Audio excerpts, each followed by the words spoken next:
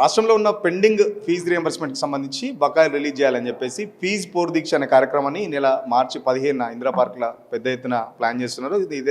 ఇదే అంశంపై మనతో మాట్లాడడానికి జాజుల శ్రీనివాస్ గౌడ్ ఉన్నారు. అన్న, ఏంటి ఫీజు పోర్ దీక్ష ఎప్పుడు చేస్తున్నారు, ఏంటి అసలు ఎంత పెండింగ్ ఉంది ఇప్పటివరకు? ఇప్పటి వరకు దాదాపు 7,500 కోట్లు ఫీజు రియంబర్స్మెంట్ బకాయిలు 22 లక్షల మంది ఉన్నత విద్యను అభ్యసించేటువంటి విద్యార్థులకు రావాలి. కానీ గతంలో ఉన్నటువంటి బీఆర్ఎస్ ప్రభుత్వము 2.5 సంవత్సరాలుగా బకాయిలు పెట్టింది. కాబట్టి ఆ బకాయిలు మేమెందుకు ఇస్తామో అని చెప్పి ఈ ప్రభుత్వం కూడా గత 2 సంవత్సరాలుగా బకాయిలు పెట్టుకుని వస్తుంది. అంటే ఫీజుల రియంబర్స్మెంటు స్కీమును అసలు అమలు చేస్తారా, ఫీజుల రియంబర్స్మెంట్ స్కీమ్ను ఎత్తివేస్తారా? దీని వెనుక పెద్ద కుట్ర ఉంది. ఇవాళ ఫీజుల రియంబర్స్మెంట్ అనేది ఇది కళాశాల యాజమాన్యాలు అదేవిధంగా ప్రభుత్వం మధ్యగా చిత్రీకరిస్తారు. ఇది కళాశాల యాజమాన్యాల మధ్యన ప్రభుత్వం మధ్యన జరిగే ఇది పోరాటం కాదు. ఇది 22 లక్షల మంది పేద విద్యార్థుల జీవితానికి సంబంధించిన సమస్య. ఒకవైపు ప్రపంచమంతా ఏఐ వైపు పరుగులు పెడుతూ ఇలా వచ్చేదంతా ఆర్టిఫిషియల్ ఇంటెలిజెన్సే, కాబట్టి ఆ సాంకేతికను నైపుణ్యాన్ని అందిపుచ్చుకోవాలి పేద విద్యార్థులు అని చెప్పి భారతదేశంలో ఇటీవల ప్రపంచ స్థాయి ఏఐ సెమినార్ జరిగింది. ఆ సెమినార్లో ప్రధానమంత్రి నరేంద్ర మోదీ గారు ఒక పిలిపిచ్చారు. భారతదేశ విద్యార్థులంతా వచ్చేది ఏఐ యుగమే, దాన్ని అందిపుచ్చుకోవాలి. ఇవాళ అందిపుచ్చుకోవాలని ఇక్కడ చదువుకున్నటువంటి విద్యార్థులకు ఆర్థిక చేయూతనివ్వాల్సినటువంటి ప్రభుత్వము ఫీజుల రియంబర్స్మెంట్ బకాయిలు విడుదల చేయకుండా పేద విద్యార్థుల ఉసురు తీసుకుంటుంది. ఫీజుల రియంబర్స్మెంట్ నిధులు విడుదల చేయకపోవడంతో కళాశాల యాజమాన్యాలు ఒకవైపు హాల్ టికెట్లు ఇవ్వకపోవడం, ఇంకొక వైపు ఫీజులు రాక పరీక్షలు రాయనీయకపోవడం, ఇంకొక వైపు పేద కుటుంబం నుంచి వచ్చినటువంటి విద్యార్థులు చదువుకోలేనటువంటి పరిస్థితుల్లో ఇటీవల సిరిసిల్లలో ఒక బీసీ పద్మశాలి బిడ్డ, ఇలా బీటెక్ మొదటి సంవత్సరం చదువుతున్నటువంటి ఒక బీసీ బిడ్డ ఆత్మహత్య చేసుకున్నాడు. అట్లా 22 మంది విద్యార్థులు ఆత్మహత్యలు చేసుకున్నారు. అంటే ఏ తెలంగాణ వస్తే మా బతుకులు బాగుపడతాయి, చదువుల్లో కొలువుల్లో మాకు అవకాశాలు వస్తాయని చెప్పి కాసోజు శ్రీకాంత్ చారు నుంచి సిరిపురం యాదవ్ వరకు 1100 మంది విద్యార్థులు బలిదానం చేసి తెలంగాణ రాష్ట్రం సాకారం చేస్తే వచ్చిన తెలంగాణలో వీళ్ళిద్దరు అగ్రకులాల ముఖ్యమంత్రులు కూర్చొని ఫీజులు ఇవ్వకుండా ఎందుకు అరికోసపెడుతున్నారు? ఇవాళ ప్రభుత్వం మేము అందుకనే ఇవాళ ఒకటే డిమాండ్ చేస్తున్నాం, ఫీజులు ఇవ్వాలంటే నా దగ్గర కోసిన పైసలు వెళ్ళాయి, మా దగ్గర డబ్బులు లేవు, నెలకు 18,000 కోట్లు మాత్రమే ఆదాయం వస్తుంది, దానికి ఎవరు వస్తారో పంచురని అంటున్నావు కదా. మేము అదే అనుకుంటే మరి ఇప్పుడు ఈ 2 సంవత్సరాల కాలంలో 70,000 కోట్లు కాంట్రాక్టర్లకు ఎందుకు ఇచ్చారు? 70,000 కోట్లు కాంట్రాక్టర్లు ఇవ్వడానికి, కాంట్రాక్టర్ల జేబులు నింపడానికి ఇవాళ మీ దగ్గర బడ్జెట్ ఉంటుంది కానీ నిధులు ఉంటాయి. కానీ పేద పిల్లలు చదువుకునేటువంటి ఇవాళ పేద పిల్లలు చదువుకొని ఎక్కడో ప్రపంచవ్యాప్తంగా పోయి అవకాశాలను అందిపుచ్చుకొని ఎదిగేటువంటి ఈ పిల్లలకు స్కాలర్షిప్లు ఫీజులు ఇవ్వరా? ఇవాళ రేవంత్ రెడ్డి గారు కాంగ్రెస్ ప్రభుత్వం అధికారంలోకి వచ్చినాక 3 లక్షల కోట్ల అప్పు తీసుకొచ్చింది.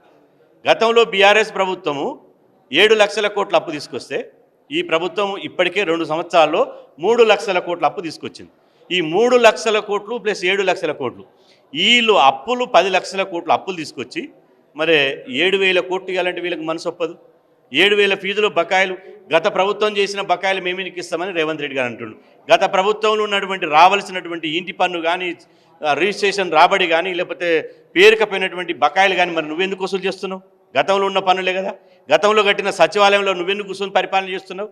అంటే తలాతోక లేకుండా మాట్లాడుతూ పేద వర్గాలను చదువుకోనియకుండా కుట్ర చేస్తుంది. మీరేమో పెండింగ్లో ఉన్న ఫీజు బకాయిలు రిలీజ్ చేయాలంటున్నారు. మన విద్యాశాఖ ఒక రిపోర్ట్ ఇచ్చింది, అసలు ఫీజు రియంబర్స్మెంట్ ఎత్తేయాలని చెప్పేసి కూడా ఏదైతే చైర్మన్ ఆకునూరు మురళి ఒక ప్రభుత్వానికి సూచన చేశారు. ఎందుకు అసలు ఫీజు రియంబర్స్మెంట్ ఎత్తేస్తే ఏమొస్తుంది? అసలు ఫీజు రియంబర్స్మెంటు ఎత్తివేయాలనడంలో ఎలాంటి హేతుబద్ధత లేదు. ఫీజుల రియంబర్స్మెంట్ ఎప్పుడు ఎత్తివేయాలి?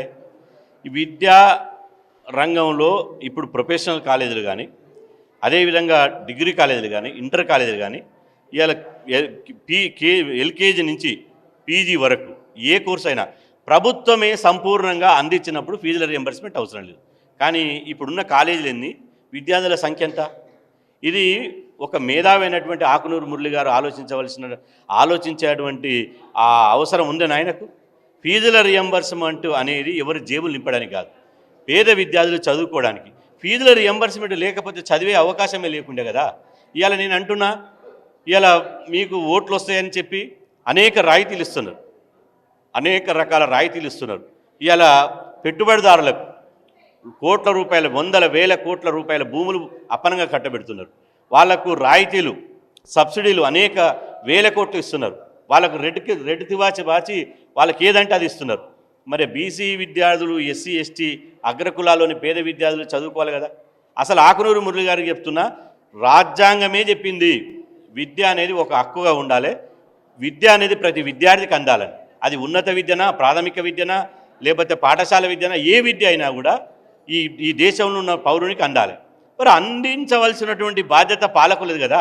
ఆ పాలకులని మందలించాల్సింది పోయి పాలకులకు చురకలు పెట్టాల్సినటువంటి ఆకునూరు మురళి గారు ఇవాళ ఉపాధ్యాయుల కోతలు పెట్టాలి, ఉపాధ్యాయుల వేతనాల కోతలు పెట్టాలి, ఫీజుల రియంబర్స్మెంట్ బకాయిలను దశల వారికి ఎత్తివేయాలంటే మరి ఫీజుల రియంబర్స్మెంట్ బకాయిలు ఎత్తివేస్తే పేద పిల్లలు చదువుకోకుండా కుమ్మరి పని, కమ్మరి పని, సాకలి పని, మంగలి పని, గొర్రెల కాసుడు, బర్రెల కాసుడు, తాళ్ళెక్కుడు ఇదే ఉంటుందా? సంచార జాతుల బిడ్డలు చదువుకోద్దా? పేద వర్గాల బిడ్డలు చదువుకోద్దా? ఇప్పటికీ చాలా వరకు ఫీజు రియంబర్స్మెంట్ లేక చాలా డ్రాప్అవుట్స్ పెరుగుతున్నాయి. గతంలో కూడా చాలామంది ఫీజు రియంబర్స్మెంట్ సంబంధించి కళాశాలలు కూడా పోరాటం చేసిన పరిస్థితి, ప్రభుత్వం చర్చలు జరిపారు, ప్రభుత్వం తర్వాత ఇస్తా అన్నది. మళ్ళీ ఎందుకు అసలు ప్రభుత్వం దగ్గర నిజంగానే ముఖ్యమంత్రి చెప్పినట్టు కోసుకున్నా తిన్నా డబ్బులు వెళ్తలేవా, లేకపోతే ఉన్నా కూడా ఇస్తలేడా ఏంటి అసలు? ఇప్పుడు ముఖ్యమంత్రి ఇది ఎట్లా ఉందంటే ఉట్టికి ఎగరలేనమ్మా స్వర్గానికి ఎగిరినట్టు ఉంది. ఇవాళ ఒకవైపు ఫీజు రియంబర్స్మెంట్ ఇవ్వాలంటే నేను విద్యకు ప్రాధాన్యత ఇస్తున్నానని చెప్తూనే, అందుకోసమే విద్యాశాఖ మంత్రి నా దగ్గరనే పెట్టుకునే గొప్పలు చెప్పుకుంటూనే ఇవాళ మేమంటున్న గాంధీ సరోవర్, గాంధీ విగ్రహం పెట్టి దాని ప్రాంత ఆ చుట్టుపక్కల అభివృద్ధి చేయడానికి 5,812 కోట్లు ఖర్చు పెడుతున్నాడు. 5,812 కోట్లు పెట్టి గాంధీ విగ్రహం పెట్టి అభివృద్ధి చేయడం ముఖ్యమా? 22 లక్షల మంది పేద విద్యార్థులు చదువుకోవడం ముఖ్యమా? అదేవిధంగా ఇవాళ చదువుకునేటువంటి అమ్మాయిలకు, ఎవరైతే కాలేజీ విద్యార్థులు ఉన్నారో, అమ్మాయిలు ఉన్నారో వాళ్ళకు స్కూటర్లు ఇస్తారట, స్కూటీలు ఇస్తారట, ఈవీ స్కూటర్లు ఇస్తారట. ఆ తర్వాత వీళ్ళకు మిడ్ డే మీల్స్ పెడతా, బ్రేక్ఫాస్ట్లు పెడతా. ఇవాళ మీరు పెట్టాల్సింది బ్రేక్ఫాస్ట్లో కూడా అడుగుతలేడు. ఆ బ్రేక్ఫాస్ట్లు, మిడ్ డే మీల్స్ మాకున్నాయి, కానీ చదువుకోవడానికి కావాల్సినటువంటి ఫీజుల రియంబర్స్మెంట్ బకాయిలు ఇవ్వు. ఈ బడ్జెట్లో 10,000 కోట్లు ఫీజుల రియంబర్స్మెంట్ కోసం ఖర్చు పెట్టు. 3,56,000 కోట్ల రాష్ట్ర బడ్జెట్లో 3,56,000 కోట్ల రాష్ట్ర బడ్జెట్లో ప్రతి సంవత్సరం 10,000 కోట్లు ఫీజుల రియంబర్స్మెంట్ కోసం పెట్టలేవా?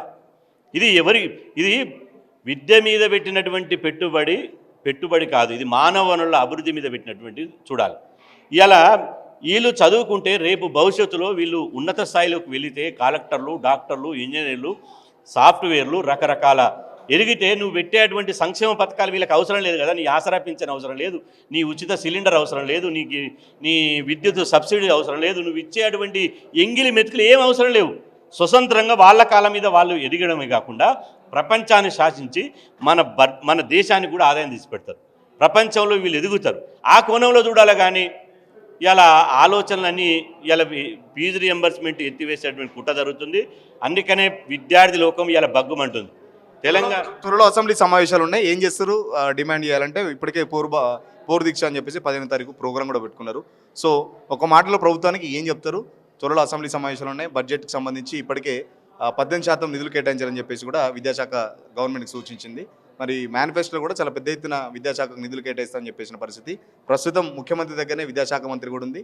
విద్యాశాఖ మంత్రి ఎవరికి ఇవ్వను, నా దగ్గరే పెట్టుకుంటాను, నేను డెవలప్ చేస్తానని చెప్పేసి చెప్పిన పరిస్థితి. ఇప్పుడు రేవంత్ రెడ్డి గారి ప్రభుత్వం మాటలు కోటలు దాటుతున్నాయి, కానీ కాళ్ళు తంగడి దాటుతలేవు. ఇవాళ గొప్పలు చెప్తున్నాడు. కామారెడ్డి డిక్లరేషన్లో 5 లక్షల విద్యార్థులకు, ప్రతి విద్యార్థికి 5 లక్షల భరోసా కార్డులు ఇస్తాడు, ఇచ్చిండా? మొత్తం బీసీ విద్యార్థులకు టోటల్ ఫీజులు ఇస్తాడు, ఇచ్చిండా?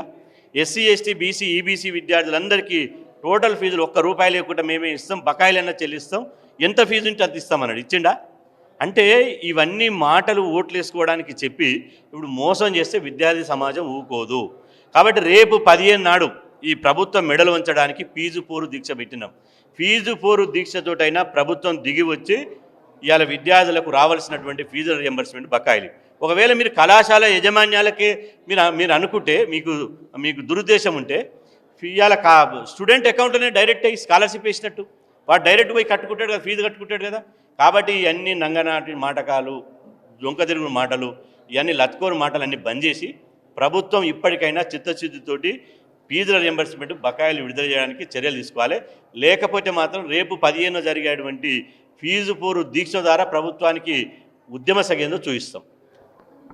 ఖచ్చితంగా కాంగ్రెస్ పార్టీ చెప్పినట్టు విద్యార్థులకు సంబంధించి కానీ ఇటు బీసీలకు సంబంధించి బీసీ డిక్లరేషన్ పేరుతో చాలా వరకు హామీలు ఇచ్చింది. బట్ ఫీజు రియంబర్స్మెంట్ దాదాపు 7,800 కోట్లు బాకీ ఉన్నాయి.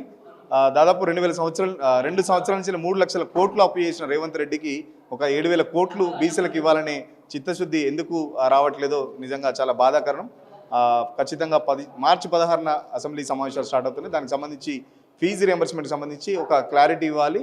దానికి సంబంధించి ఒక శ్వేతపత్రం కూడా విడుదల చేయాలి. ఇప్పటికీ కాంట్రాక్టర్లకు 70,000 కోట్లు చెల్లించారని చెప్పేసి చెప్తున్న పరిస్థితి. సో 70,000 కోట్లు చెల్లించిన తర్వాత బీసీలకు మాత్రం ఎందుకు రావట్లేదని చెప్పేసి కూడా అడుగుతున్న పరిస్థితి. ఫీజు పోరు దీక్ష ద్వారా ప్రభుత్వానికి దిగొచ్చే వరకు మేము పోరాటం చేస్తామని చెప్పేసి విడతల వారీగా అవసరమైతే అసెంబ్లీ సమావేశాలు జరిగేటప్పుడు కూడా అసెంబ్లీ ముట్టడి కూడా చేస్తామని చెప్పేసి జాజుల శ్రీనివాస్ గౌడ్ చెప్తున్న పరిస్థితి. వీడియో జర్నలిస్ట్ సతీష్తో సురేష్. అసలైన తొలి వెలుగు. ఫాలో వాట్సాప్ @తొలి వెలుగు official.